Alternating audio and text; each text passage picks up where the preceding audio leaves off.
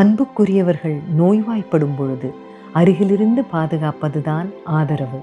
ஆனால் எல்லா நாட்களிலும் அது இயலாத போது உங்களிடத்தில் உங்களைப் போலவே உங்களின் அன்புக்குரியவர்களை நோயின் நாட்களிலும் மீளும் நேரத்திலும் அவர்கள் இயலாமையை இன்னலின்றி கடந்திட அக்கறையுடன் அருகில் நின்று பராமரிக்கிறது சொலாசியா ஹோம் கேர். தினம் நிறைய வேலை செய்யணும்னு பிளான் பண்ணுவோம். பிளான் பண்ண மாதிரி எல்லா வேலையும் செய்ய முடியுமான்னா முக்கால்வாசி நாள் முடியாமல் போயிடும். இதை செய்யணும்னு நினச்சேன், இதை செய்யணும்னு நினச்சேன், இன்னைக்கு செய்ய முடியாமல் போச்சு அப்படின்னு நாம் சொல்கிறது உண்டு. இன்னும் சில நாள் நாம் என்ன நினைப்போம்னா, இப்படி இதை செஞ்சுருக்க வேண்டாம், நான் ஏன் தான் அப்படி பண்ணனோ தெரியல அப்படின்னு சில நாள் நம்ம வருத்தப்படுறதும் உண்டு. ஆக மொத்தம் என்ன நினைச்சோமோ அந்த மாதிரி செய்ய முடியாமலும் போகும், அல்லது தேவைக்கு அதிகமாக தேவையில்லாததையும் செஞ்சுருப்போம். இப்படி நிறைய நாட்கள் போகிறது உண்டு. அதனால என்ன சொல்லுவாங்க, நம்ம வீட்டில் பெரியவங்கலாம் ஏதாவது ஒரு வேலையை செய்யணும்னா என்னென்ன செய்யணும்னு ஒரு லிஸ்ட் போட்டுக்கோ அப்படின்னு சொல்லுவாங்க. சின்ன வயசுலலாம் நம்ம அப்படி தானே, மளிகை கடைக்கு போய் ஒரு 5-6 பொருட்களை வாங்கிட்டு வாங்க அப்படின்னு சொன்னாக்க அம்மா என்ன சொல்லுவாங்க, முதல்ல லிஸ்ட் எழுதிட்டு போ அப்படிம்பாங்க. நம்ம என்ன சொல்லுவோம், 4 ஐட்டம் தானே எனக்கு ஞாபகம் இருக்கும் அப்படிம்போம். மறந்து போயிடுவேன், அவசியமானதை வாங்க மறந்து போயிடுவேன், தேவையில்லாததை வாங்கிட்டு வருவேன், லிஸ்ட்டு எழுதிட்டு போன்னு சொல்லுவாங்க. அப்போல்லாம் சின்னதாக ஒரு சீட்டு எழுதி லிஸ்ட்டு கையில் கொடுப்பாங்க. அந்த லிஸ்ட்டு படி பையிலேருந்து இந்த பொருளெல்லாம் அந்த லிஸ்ட்டு படி இருக்கான்னு செக் பண்ணுவாங்க. நம்ம ஒரு பண்டிகை பருவத்துக்கு ஷாப்பிங் போனாலும் அப்படி தான், உனக்கு என்ன வாங்கணும், உனக்கு என்ன வாங்கணும், என்னென்ன வாங்கணும் லிஸ்ட்டு போட்டுப்பாங்க. எது எந்தெந்த கடையில் கிடைக்கும்னு வீட்டிலேருந்தே பிளான் பண்ணி போகும்போதே பக்கத்து கடையில் இருக்கிறதெல்லாம் முதல்ல வாங்கிட்டு கொஞ்சம் தள்ளி போகிறத அப்புறமா வாங்கி நேராக வீட்டுக்கு வரணும்பாங்க. அந்த லிஸ்ட்டு படி தான் வாங்கணும். அந்த லிஸ்ட்டில் இருக்கிற பொருள் கிடைக்கலன்னா அதுக்காக வேறு பொருள்லாம் வாங்குறது கிடையாது. அவ்வளோ டிசிப்ளின்டாக இருந்தது. சின்ன விஷயம், ஒரு மளிகை பொருள் வாங்குறதா இருந்தாலும் சரி, பெரிய ஷாப்பிங் போகிறதா இருந்தாலும் சரி, கல்யாணத்துக்கு தேவையான பொருட்கள் வாங்குறதா இருந்தாலும் சரி, லிஸ்ட்டு இல்லாமல் நம்ம வீட்டு பெரியவங்க எதையுமே செய்ய மாட்டாங்க. நமக்கு அதை சொல்லி கொடுத்து வளர்த்தாங்க. ஆனால் அதை எத்தனை பேர் நாம் இப்போ அதை கடைப்பிடிக்கிறோங்கிறது தெரியல. அதை தான் நம்ம ஒரு செக்லிஸ்ட் வச்சு பண்ணணும்னு சொல்கிறது உண்டு. நிறைய கார்பரேட் ஜார்கன்ஸ் நிறைய அதுக்கப்புறம் வந்தாச்சு. டு டூ லிஸ்ட் அப்படின்னு சொல்லுவாங்க. இப்போ சில பேருக்கு ஃபோன்லேயே அது இருக்குது. நீங்கள் என்ன பண்ணணும்னு சொல்லிவிடுங்க, நான் உங்களுக்கு ரிமைண்டர் கொடுத்துக்கிட்டே இருக்கேன், நீங்கள் என்ன பண்ணணும், இந்த நேரத்துக்கு என்ன பண்ணணும். சில பேர் தண்ணி குடிக்கிறதுக்கெல்லாம் இப்போது ரிமைண்டர் வச்சுக்கிறாங்க, இதெல்லாம் பண்ணணும்னு. ஆனால் காலப்போக்கில் இப்போ எது ரொம்ப அவசியமாக இருக்குது தெரியுமா, எதை செய்யக்கூடாதுங்கிறதுக்கு லிஸ்ட்டு போட்டு வச்சுக்கணுங்கிறது ரொம்ப அவசியமாக இருக்குது. டு டூ லிஸ்ட் எப்படி அவசியமாக இருக்கோ அதை விட கொஞ்சம் அதிகமாக அவசியமாக இருக்கிறது என்ன அப்படின்னா நாட் டு டூ லிஸ்ட். எதையெல்லாம் செய்யக்கூடாதவை அப்படின்னு லிஸ்ட்டு போட்டுக்கணும். அதுக்கு பொதுப்படையாக ஒரு லிஸ்ட்டு இருக்கா அப்படின்னு கேட்டால் பொதுவான லிஸ்ட்டுன்னு சொல்ல முடியாது. ஜென்ரலாக சிலதை செய்யவே கூடாதுங்கிறதையும் அந்த லிஸ்ட்டில் வச்சுக்கலாம். நாளுக்கு நாள் அந்த லிஸ்ட்டு மாறுபடும், சூழலுக்கு சூழல் அந்த லிஸ்ட்டு நமக்கு மாறுபடும், நம்மளுடைய மனப்பாங்குக்கு ஏற்ற மாதிரி கூட அது மாறுபடும்னு சொல்லலாம். எதுன்னா செய்யக்கூடாதவையோடைய பட்டியல். ரொம்ப குறிப்பாக சொல்லணும் அப்படின்னு சொன்னால், செய்யவே கூடாதுங்கிற ஒரு லிஸ்ட்டில் முதல்ல வர வேண்டியது என்ன தெரியுமா, எங்கெல்லாம் நம்ம மாட்டேன், வேண்டாம், இல்லை, நோ அப்படின்னு சொல்லணும்னு நினைக்கிறோமோ அங்கே எஸ்ஸுங்கிறத சொல்லவே கூடாது. அதை தான் முதல்ல எழுதி வச்சுக்கணும். நிறைய தருணங்களில் நம்ம மாட்டிப்போம். சொந்தக்காரங்ககிட்டயே நான் பார்த்து செஞ்சிடறேன், விடுங்க, நான் உங்களுக்கு முடிச்சு கொடுத்துட்றேன் அப்படின்னு எதையாவது ஒன்று வாக்கு கொடுத்துருவோம். அது நம்மளால் முடியுமா முடியாதான்னு அந்த நேரத்தில் யோசிக்கவே முடியாது, கொடுத்துட்றோம். ஆனால் செய்ய முடியாமல் தடுமாறும். ஒத்துக்கிட்டோமேன்றதுக்கு நல்ல பேர் வரவே வராது. செய்ய முடியாமல் தடுமாறும் போது நம்மளை நிறைய கெட்ட பேருக்கு நம்ம தான் ஆளாகும். அப்போ செய்யக்கூடாத லிஸ்ட்டில் நம்ம செய்ய வேண்டிய முதல் வேலை என்ன தெரியுமா, யாருக்கும் எஸ்ன்னு சொல்லிடக்கூடாது. எங்கே நோ சொல்லணும்னு நம்ம தீர்க்கமாக முடிவு பண்ணிட்டோமோ அவங்கள ப்ளீஸ் பண்ணணுங்கிறதுக்காக நம்ம எஸ்ஸே சொல்லிடக்கூடாது. அதை தான் ஆங்கிலத்தில் சொல்லுவாங்க, do not say yes when you want to say no அப்படின்னு சொல்லுவாங்க இல்லையா. இல்லைன்னு சொல்கிற இடத்துல நாம் முகஸ்துதி பார்த்து செய்கிறேன் ஆமான்னு சொல்லிட்டோன்னா கடைசி வரைக்கும் நாம் தான் கஷ்டப்படுவோம். அப்போ நம்மளுடைய முதல் லிஸ்ட்டில் வர வேண்டிய விஷயம் என்னென்னா எல்லாத்துக்கும் எஸ் சொல்லிடக்கூடாதுங்கிறது தான். ரெண்டாவது என்ன தெரியுமா, அது ரொம்ப முக்கியமானது, எல்லாத்தையும் பர்சனலைஸ் பண்ணிக்கிறது. ஒரு சின்னதாக ஒன்றுமே இருக்காதுங்க, வாட்ஸ்அப்பில் யாரோ ஒரு மெசேஜ் அனுப்புகிறாங்கன்னே வச்சுக்கோங்களேன், இது எனக்காக தான் அமைச்சிருக்காங்களோ, என்னை குத்தி காமிக்க தான் அமைச்சிருக்காங்களோ, எனக்கு சொல்லி காமிக்க தான் அமைச்சிருக்காங்களோன்னு நிறைய பேர் மெசேஜஸை பர்சனலைஸ் பண்ணிப்பாங்க. ஒரு பொதுப்படையான ஒரு ஃபார்வேர்டாக பார்க்க தெரியாது.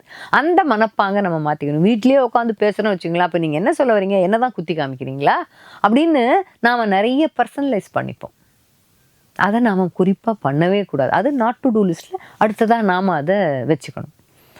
அடுத்து இந்த மாதிரி நிறைய விஷயம் சூழலுக்கு சூழல். அடுத்ததான் நம்ம நாட் டு டூ லிஸ்ட்ல என்ன பண்ணலாம் அப்படின்னா, எல்லாரையும் ப்ளீஸ் பண்ணணும் அப்படிங்கிற ஒரு முயற்சியில நம்ம என்னைக்காவது ஒரு தடவையாவது ஈடுபட்டிருப்போம். அவங்க என்ன நினைச்சிருவாங்க, இவங்க என்ன நினைச்சிருவாங்க, உங்க மனசு வருத்தப்படக்கூடாது, உங்க மனசு வருத்தப்படக்கூடாதுன்னு நம்ம எல்லாரையும் ப்ளீஸ் பண்ணணும்னு நினைக்கிறோம் தெரியுமா? அதை முதல்ல பண்ணவே கூடாது.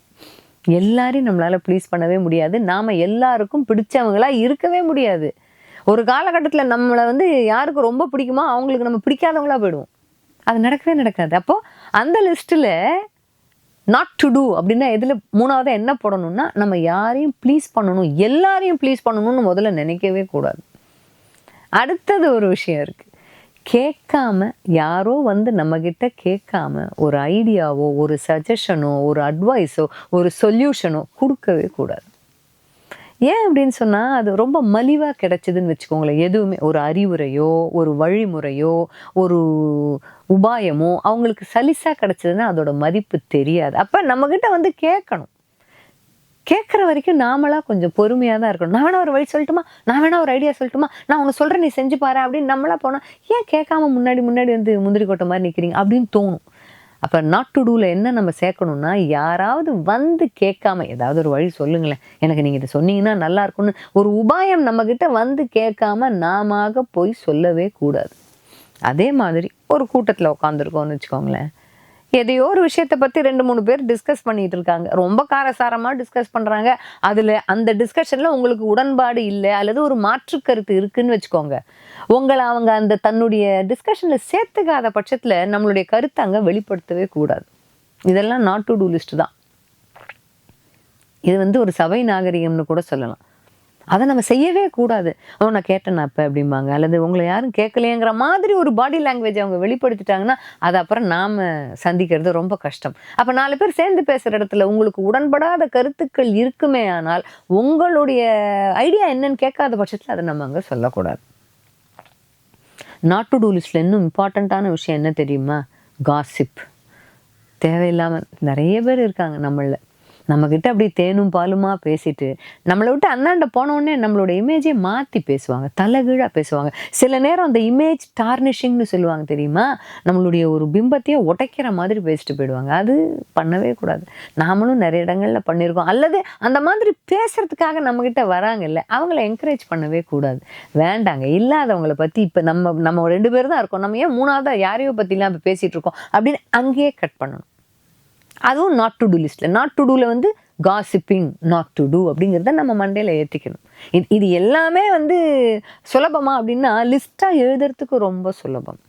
அதை நம்மளால கடைபிடிக்க முடியுமா அப்படின்னு பார்க்கும்போது மிகப்பெரிய கஷ்டம் அது. என்ன வேலை ஒரு 10 வேலை செய்யணுன்றத லிஸ்ட் போட்டு பண்ணிடலாங்க.